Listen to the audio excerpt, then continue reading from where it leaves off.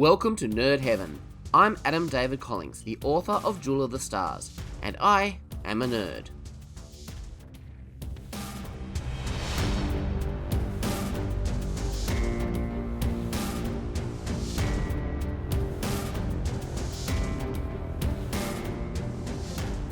Can you believe it? We're finally here. The first episode of Star Trek Picard has released.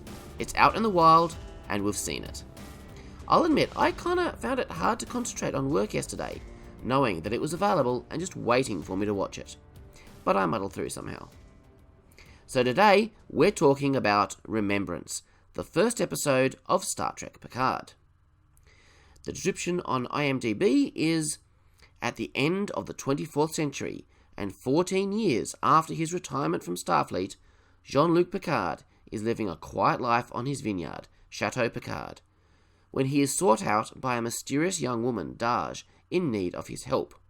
He soon realizes she may have personal connections to his own past. The teleplay for this episode was written by Akiva Goldsmith and James Duff, with story by Akiva Goldsmith, Michael Chabon, Kirsten Beyer, Alex Kurtzman, and James Duff. It was directed by Hanel M. Culpepper and first aired on the 23rd of January 2020. Make it so.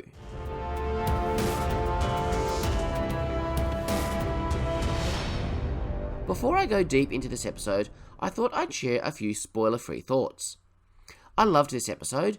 It was a delight to watch. It was lovingly crafted, with exquisite attention to detail. The episode maintained a near-perfect balance between the old and the new. There was a lot of nostalgia in this episode, but the story wasn't chained to it. It wasn't indulgent. The episode told a fresh and new story with a much-loved character. That's not to say that the nostalgic elements weren't integral to the plot. Everything was there for a reason. But I think a non-Star Trek fan could sit down and watch this, apart from perhaps a little disorientation from a dream sequence, and not just follow the story, but feel like they've had a satisfying experience. The story builds slowly, giving itself time to really focus on character. So if you're on the fence about checking out this show, let me wholeheartedly recommend it to you. This is one of the good ones. I signed up for a new streaming service so I could watch this. I don't regret that decision. From here on, we're going full spoilers, so if you haven't seen this episode, stop listening and go and watch Star Trek Picard. The episode opens with a dream sequence, but the very beginning is a couple of beautiful shots of nebulae with the song Blue Skies playing in the background. This provides a beautiful link to the very last time we saw Picard on screen, at the end of Star Trek Nemesis, when he was in his ready room, and B4 started to sing that song.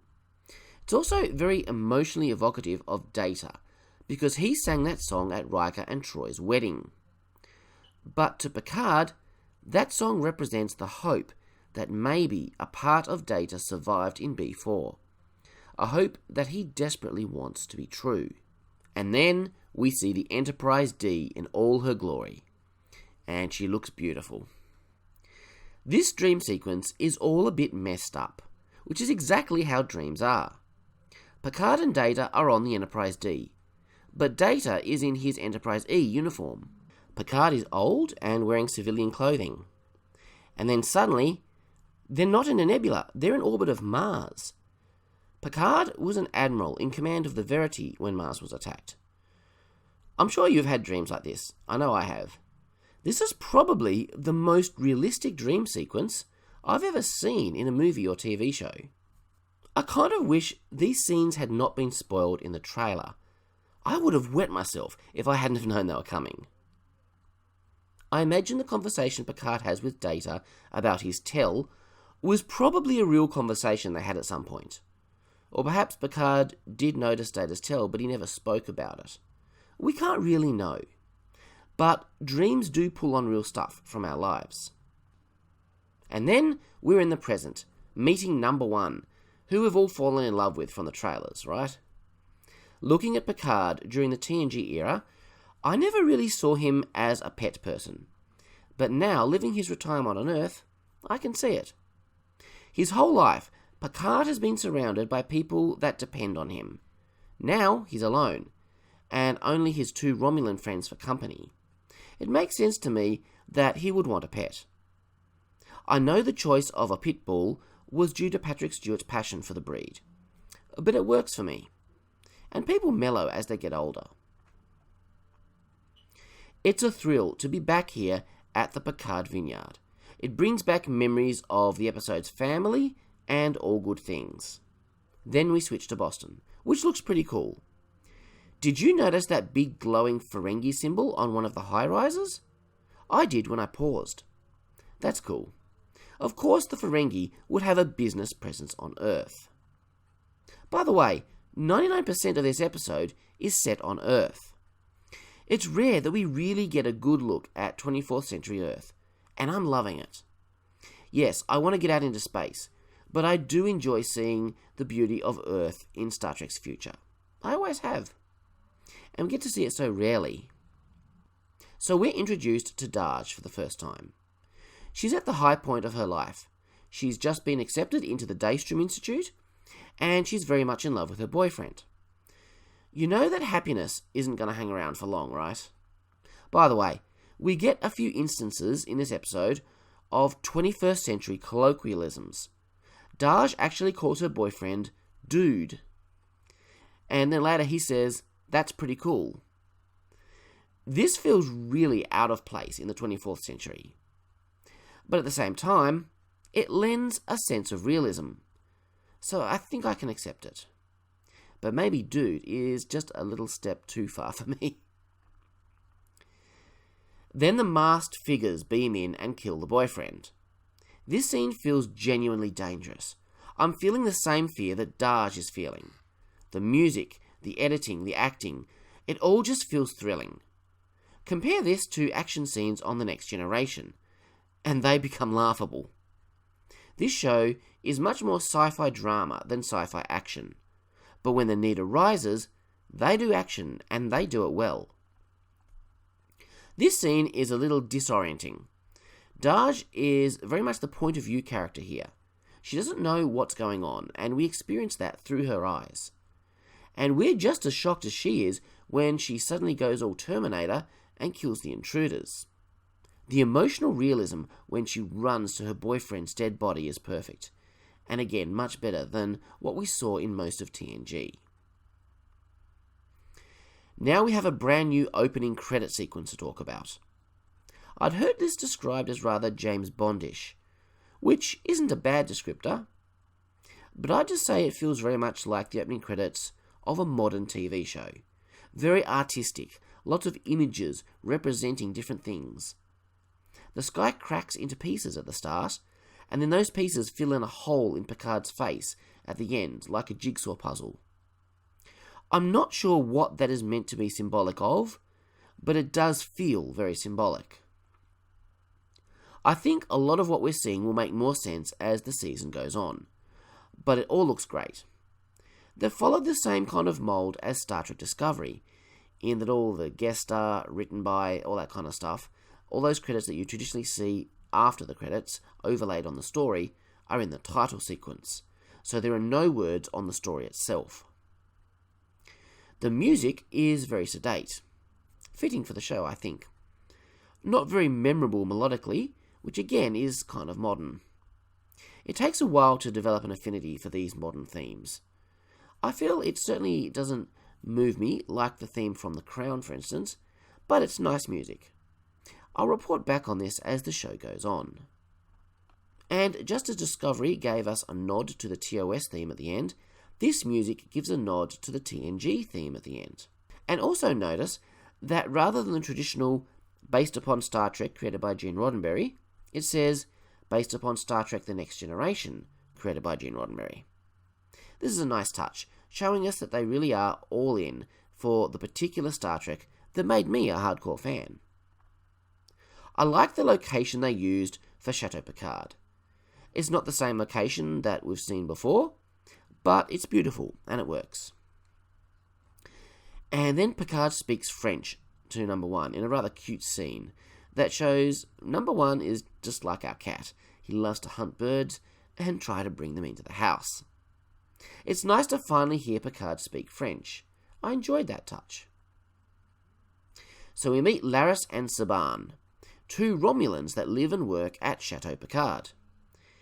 If you haven't read the Star Trek Picard Countdown comics, then this might be really confusing for you. We first meet these characters on a Romulan colony world which Admiral Picard has come to evacuate. They're former Tal Shiar operatives that worked with Picard and have obviously become his friends. I'm still waiting for Book 3 to come out, so I don't understand all the backstory of how they came to be here, but I at least know them. This must be a little disorienting for those who haven't read the comics. The way they're doing the Romulan eyebrows is a little different on this show. I don't really mind it. Helps distinguish the Romulans from the Vulcans. And Alex Kurtzman has promised that we'll see some TNG-style Romulans in the show, with the V-shaped forehead ridge, canonising the fact that some Romulans have them and some don't. Makes sense to me. After their ancestors left Vulcan, they undoubtedly intermarried with some other species. Plus, there are variations among humans, so across a vast star empire, it makes sense that there will be variations among Romulans too. The replicator looks cool, very similar to the TNG replicators.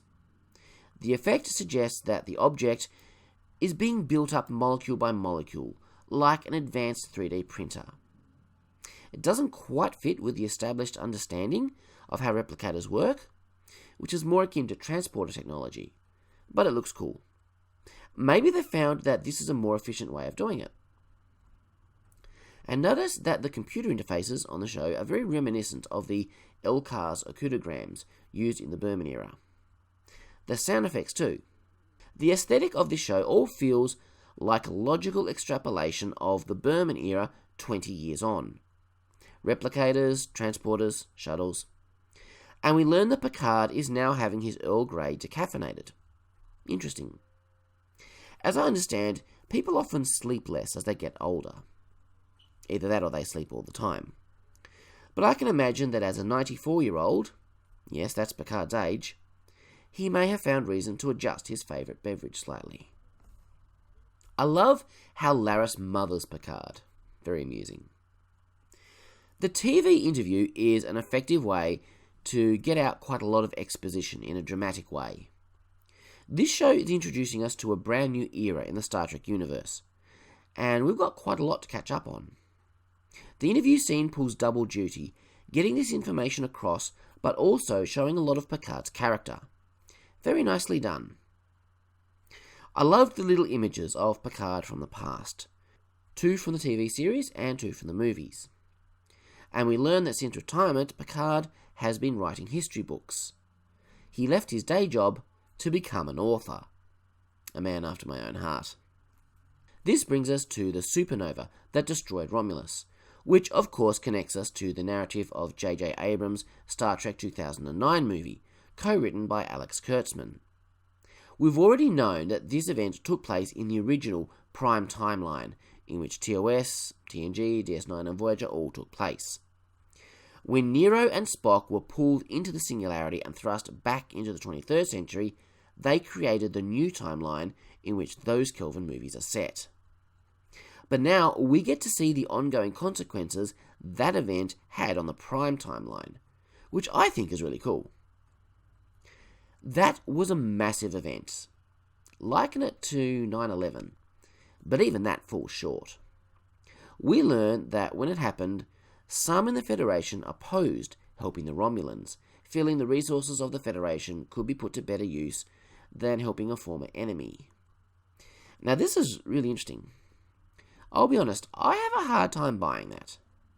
First of all, this is Star Trek. Resources are basically limitless. But let's put that aside because that never really made a lot of sense anyway.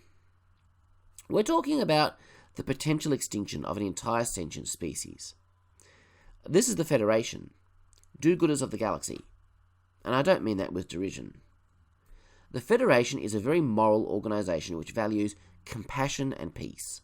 Now, if it was the Jem'Hadar at the height of the Dominion War, I could maybe buy it more. But the Romulans? Let's not forget they were our allies during the war. And relations only improved after the whole Shinzon incident in Nemesis. I don't think the Romulans pose any significant threat to the Federation at this point. Could anyone in the Federation really not look with compassion on a former enemy and help save them?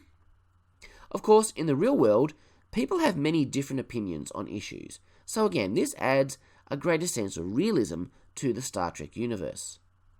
So I'm with that. But even in the real world, let's say Russia, who was once considered the enemy of the Western world. If some natural disaster was going to destroy Eastern Europe, and a Western country had some means of saving them, would anybody argue against helping those people? Civilians? Children? But then I realise I think the writers are trying to connect this with the real-world issue of refugees, which has been a hot-button topic for many years, in many countries. Don't worry, I'm not going to divert into real-world politics. So, I guess there could have been debate and disagreement in the Federation Council regarding this. I also very much buy that Jean-Luc Picard would want to help those in need, regardless of who they were. And while physical resources such as food and ships are near limitless due to replicator technology, the availability of habitable planets to house the many Romulan citizens would be a very real concern. I do like when the interviewer says, Romulan lives, and then Picard replies, no, lives. And this is where we learn about the attack on Mars. A group of rogue synths, androids, attacked Mars and destroyed the rescue armada. There's that word again. Being constructed at Utopia Planitia. This has me worried for Geordi. He was at Utopia Planitia, in charge of that construction project. Is he still alive? Man, I hope so. There were two major consequences of this attack. Firstly, it destroyed Starfleet's ability to evacuate those Romulans. The fleet they were building was gone. Second, the Federation placed a ban on the development of synthetic or artificial life forms. I'm not sure why we have to introduce this new term, synthetic, into Star Trek lore. What's wrong with Android? Although we'll get into this more later. But the real reason Picard resigned from Starfleet is that they went back on their decision to help the Romulans. They didn't rescue them. This is a complex issue, and we don't know all of the facts. But with that rescue fleet destroyed, did they even have the ability to help? On one hand, no. I mean, if their existing fleet was sufficient for the job, they wouldn't have been building new ships in the first place. They probably couldn't have rescued everyone, as they had planned to do. But I'm sure they could have rescued someone. It seems that they just gave up. They became inwardly focused, mourning the loss of the many who died on Mars. I can understand Picard resigning over this. It was no longer Starfleet, Picard passionately says. He likens the rescue of the Romulans to Dunkirk, where Allied forces retreated from France into England during World War II. All of this just feels like it's adding some gritty realism to the Star Trek universe, which I'm with. Then Dahj comes to Picard at his estate. She saw his interview, but something in her mind flashed like lightning and told her to seek him out, that she would be safe with him. This is the big mystery of episode 1. I love how Picard responds to her. This weird stranger shows up on his front yard and starts crying. He immediately responds to her with compassion. He takes her into his home. Most importantly, he listens. That's Jean-Luc Picard. Picard was always a compassionate man, but as he's mellowed with age, I think he's become much more empathetic. He becomes even more someone we'd all like to know. At this point, I'm already wondering, is Dahj synthetic? But she's bleeding, so she can't be, right? Then we get our second dream sequence, and we're treated to Data and Picard in their original TNG uniforms. Yay. Data is painting, which is something he's always been known for. Picard's mind is trying to tell him something he isn't yet willing to consciously admit. The visual similarity between Dahj and Data's daughter from the TNG episode, The Offspring, is hard to ignore. I really liked the way they used Data in this episode.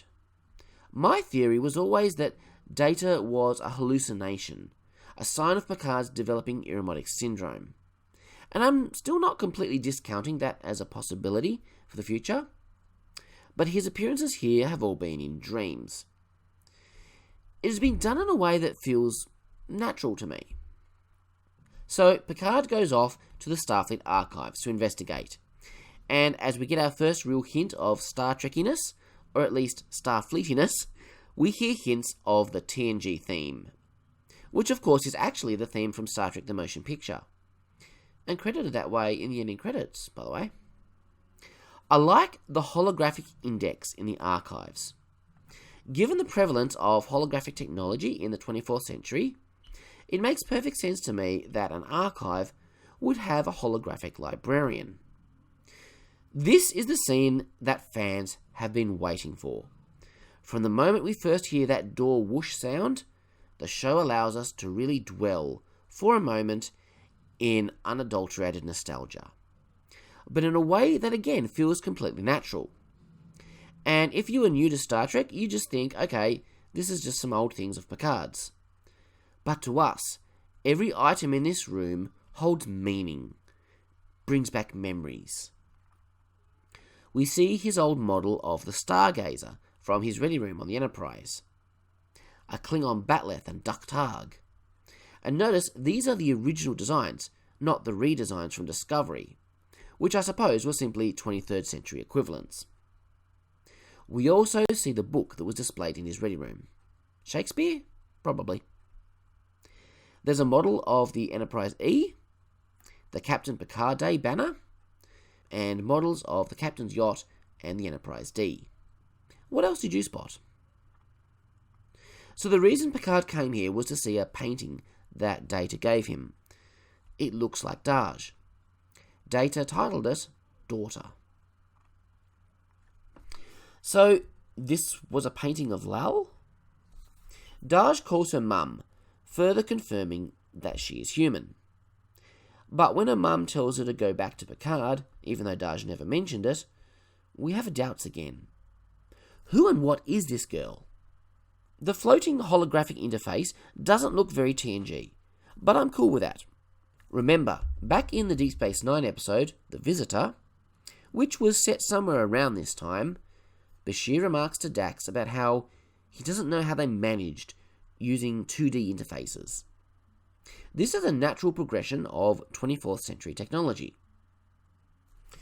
We see a few Starfleet uniforms in the background. We don't really get a good look at them. I'm sure we'll see more in subsequent episodes. We know from trailers that Picard will go to Starfleet headquarters, so I'll talk about them when we get a closer look. At this point, Picard has figured it all out. He knows what Dahj is. He tells her all about Data. He believes Dahj is a synthetic. It all makes sense when he lays out the evidence. All her memories of her childhood and family are implanted. But Picard doesn't belittle those memories. He calls them beautiful. He refers to Dahj as something that is lovingly and deliberately created. And I really like that. And although he doesn't fully understand the nature of the connection, after all, Lal died, Picard is at a point where he's willing to consider Dahj as family. You are dear to me, he says. I will never leave you. I'm loving this stuff. This is emotional. It's great character drama. And as a parent, I'm connecting with it strongly. At the same time, at this point, I'm dying to understand the mystery. Did Data secretly build a second Lal back in the day? One that survived? Or is it something else? And then we switch into thriller mode again. First of all, I love how Picard is struggling up the stairs. Of course he is. Even with 24th century medicine, he's in his 90s. I like that the show allows Picard to be old. How many shows do we get with elderly heroes like this? This action scene is fantastic. I feel like I'm watching a big screen action movie. Brilliantly done. When Dahj does a Superman jump, we're left with little doubt that Picard is right about her. But what's with the bleeding? Let's talk about the new transporter effect. I don't mind it. It's still somewhat reminiscent of the TNG transporter effect, but it's very quick. Again, I can buy that. It seems a logical advance that would occur in the technology. The sound effect still has hints of the old sound, but perhaps sounds a little too hologrammy for me. But I'm with it. This is a new era with a new aesthetic. But that aesthetic doesn't feel like it came out of nowhere. And then the big shock that I did not see coming. The Romulan puts his disruptor on overload. It explodes. And Dahj dies. I thought she was going to be a major character in the show, and she doesn't even make it to the end of the first episode. That was shocking. And Isa Briones played her death wonderfully. The fear on her face, the horror as she realised she was about to die. That hit me. Not to mention Picard's reaction. Now we need to talk about something. Dahj has been experiencing and expressing a lot of emotion. She didn't even know that she was an android. Data, as we know, was incapable of feeling emotions, at least until he installed the emotion chip that Soong developed later in life. So this android is more advanced than Data. Remember also that Lal was able to experience emotions, or at least a reasonable simulation of them, just before she died. That was explained as a glitch in her positronic brain. Anyway, this is something to keep in mind. Somebody has the ability to create an android with emotion. When he wakes up, Picard has a character growth moment as he realizes he hasn't been living. He's been waiting to die. I wonder if he remembers at this moment a conversation he once had with James T. Kirk about making a difference. So he heads off to the Daystrom Institute to talk to an expert about whether one can make an android out of flesh and blood. And can I just point out how awesome all of the sets on this show look? Brilliant. And here we meet another main cast member of the show, Dr. Agnes Jarate. She's the expert. She says a flesh and blood android was in their sights, but a sentient one, not for 1,000 years. This kind of makes sense. A body is just a body. The impressive thing about an android like Data was not the mechanical arms and legs, it was the brain, the mind. When it comes to creating life, that's the hard part. That's the bit that matters, the mind, and potentially the soul. I can buy that in the 24th century, they can manipulate biological matter to an extent that they can create a body out of biomatter. One that would bleed like a true biological organism. But creating a positronic brain like Data is something only one person ever achieved, Dr. Noonien Soong. And nobody has ever been able to duplicate his work. This is why I think maybe the word synthetic could work, because it's more than just android.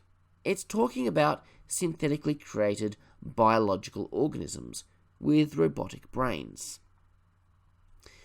And now we learn the fate of B4. He's been disassembled and put into a drawer at the Daystrom Institute. I wonder why they dismantled him. Jarate tells us what we already knew, that B4 is an inferior copy of Data, and we learn that sadly, Data's neural network didn't take in B4's primitive brain. Almost all of it was lost. And then we get an exciting name drop, Bruce Maddox, from the TNG episode Measure of a Man. And yes, in hindsight, I should have included this, as well as The Offspring, in my list of episodes you should watch before Picard. But I was just guessing based on what we saw in the trailers. Maddox was trying to follow up on Soong's work. He wanted to dismantle Data to learn more so he could create more Soong-type androids. Data refused, believing the procedure too dangerous, as Maddox needed more research. That of course led to the court case where Data's rights as a sentient life form were established. Data and Maddox continued to keep in contact over the years. He's occasionally mentioned in TNG. It seems he kept working and eventually recruited Dr. Jarate. They came close to succeeding, and then Mars happened and the ban on creation of synths. That understandably crushed him. He was no longer allowed to finish his life's work. The guy was a jerk in TNG when we first met him, but I'm feeling sympathy for him now. Will we see him in a future episode of Picard? Man, I hope so. Let's talk about this ban on creating synths.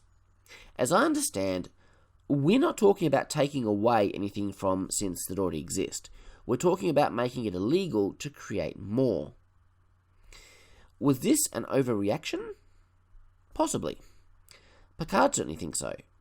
But I can understand the fear that drove that decision. To this day, nobody knows why those synths attacked Mars. You can't blame an entire race for something done by a finite number of them, obviously. But at the same time, we're not talking about people, we're talking about machines. And probably not even sentient machines, as they're still trying to crack that nut. They were created by technology, created by flawed, imperfect humans. Was there some kind of failure or glitch in the technology that led to this tragedy? We don't know. I'm not sure where I stand on this issue right now, but I can see both sides. Maddox disappeared after the ban. Even Jarate doesn't know where he went. Because nobody is clever enough to duplicate Soong's work, any new sentient android would have to be created from data. Jarate then tells us about the theory of fractal neuronic cloning. Maddox believed that all that data was could be recreated from a single positronic neuron, kind of like recreating a human from a strand of DNA in one of its cells. So the theory is that Maddox created Dahj using this method and modelled her appearance after the painting of Lull. They're created in pairs, twins. Why this is the case? I don't know. The episode doesn't do a good job of explaining that. I can't see a logical reason why the technology would require you to make two. Hopefully, this will be explained in future episodes. And as Picard comes to the conclusion that there is another one out there somewhere, we leave him, as the episode cuts away from Earth for the last scene.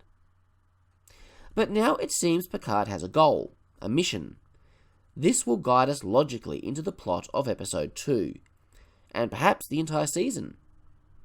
The new Romulan ship looks pretty cool, very bird-like. The voice we hear as it flies by sounds very Klingon to me, but I assume it's supposed to be Romulan. This new location is referred to as the Romulan Reclamation Site. What that means, we have no idea. We briefly meet another major character, a Romulan named Narek. And then we meet Dr. Soji Asher, who looks exactly like Dahj. The twin! I think she's a psychologist. We get a little backstory about Narek. He had a brother that he lost recently. There's not a lot to say about this.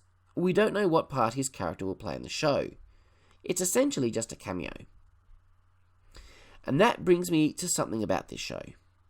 This very much feels like a story about Jean-Luc Picard.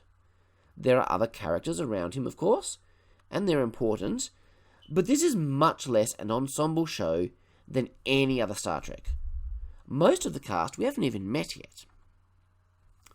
They tried to do that with Discovery, but Discovery can't quite decide whether it's the story of Michael Burnham or a kind of lower decks ensemble show. I get the impression this show is much more certain of its identity. And as the camera zooms out in a shot reminiscent of Star Trek First Contact, we learn that this Romulan reclamation site is actually a damaged Borg cube. Interesting. So, as the credits roll, I noticed the credits mentioned that somebody played a Tellarite. I missed that, and I've gone and watched this show twice. the second time pausing constantly to make notes. I haven't talked much about the music, so let me just say that I really liked it, and I think it fits the show well. It's a lot less generic than the Berman-era music, which I know a lot of people complain about, but there are a few hints of TNG-era music. I thought I heard a hint of something from Generations at one point. Let's go into some summary thoughts about the episode. In short, I loved almost everything about it. I loved the tone, I loved the aesthetic, I loved the character focus. In a way, this show is giving us the equivalent of what the movies gave us for TOS. There was quite a big gap between the original series and the original movies. But not so with TNG. They were filming the final episode, and then practically the next day they were filming the first movie. In a way, that was good because we saw continuity. We travelled with these characters from Encounter at Farpoint through to Nemesis. But we didn't get to grow old with the characters like we did with Kirk, Spock and Bones. We saw them grow and change, become old. We saw the world around them change. The look and feel of the original movies was very different to that of the original series. But Star Trek Picard is giving us that opportunity now with the Next Generation characters, and potentially with Voyager and DS9 as well. We know that 7 of 9 is returning. I live in hope that we'll see someone from Deep Space Nine at some point during the planned 3 seasons of this show. And honestly, after Picard ends, I hope we get more in this era. I've been wanting to return to the 24th century for about 20 years, and I can't believe that it's finally happened. We're getting to see a future for my favourite Star Trek era, the Berman era. If you're coming to this looking for TNG, you're not going to find it. They've told us that all along. This isn't Planet of the Week. They haven't even left Earth yet. The creators described this as a 10-hour movie. If that's not the kind of thing you like, you might be disappointed. But I love this kind of thing. So I'm really pumped, and I can't wait for next week so I can have another helping of Star Trek Picard. What about you? What did you think of this show? Feel free to leave me a comment wherever you're listening to this. Or watching. So what other nerdy stuff is happening in my life at the moment? Well, I recently started walking to Mordor. You see, I'm quite overweight. My job involves sitting at a computer all day. And most of my other interests also involve sitting at a computer. So that is very unhealthy. I need to move a lot more during the day. I thought a fun, nerdy way to motivate me to exercise more, other than not dying, would be to retrace Frodo and Sam's journey from the Shire to Mordor to destroy the One Ring.